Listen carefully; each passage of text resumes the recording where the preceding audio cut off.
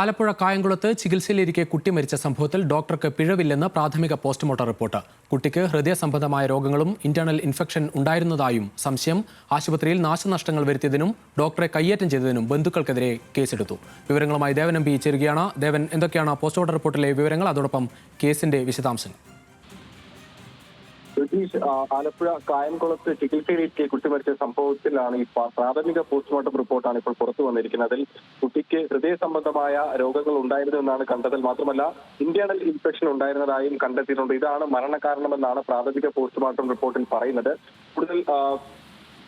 കൂടുതൽ വിശദാംശങ്ങൾ അറിയാനായി സാമ്പിളുകൾ പരിശോധനയ്ക്ക് അയച്ചിട്ടുണ്ട്. ഇതിന്റെ ഫലം പുറത്തു വരുന്നതോടുകൂടി ആയിരിക്കും മരണകാരണത്തെ സംബന്ധിച്ച് കൃത്യമായ വിവരങ്ങൾ ലഭിക്കുക.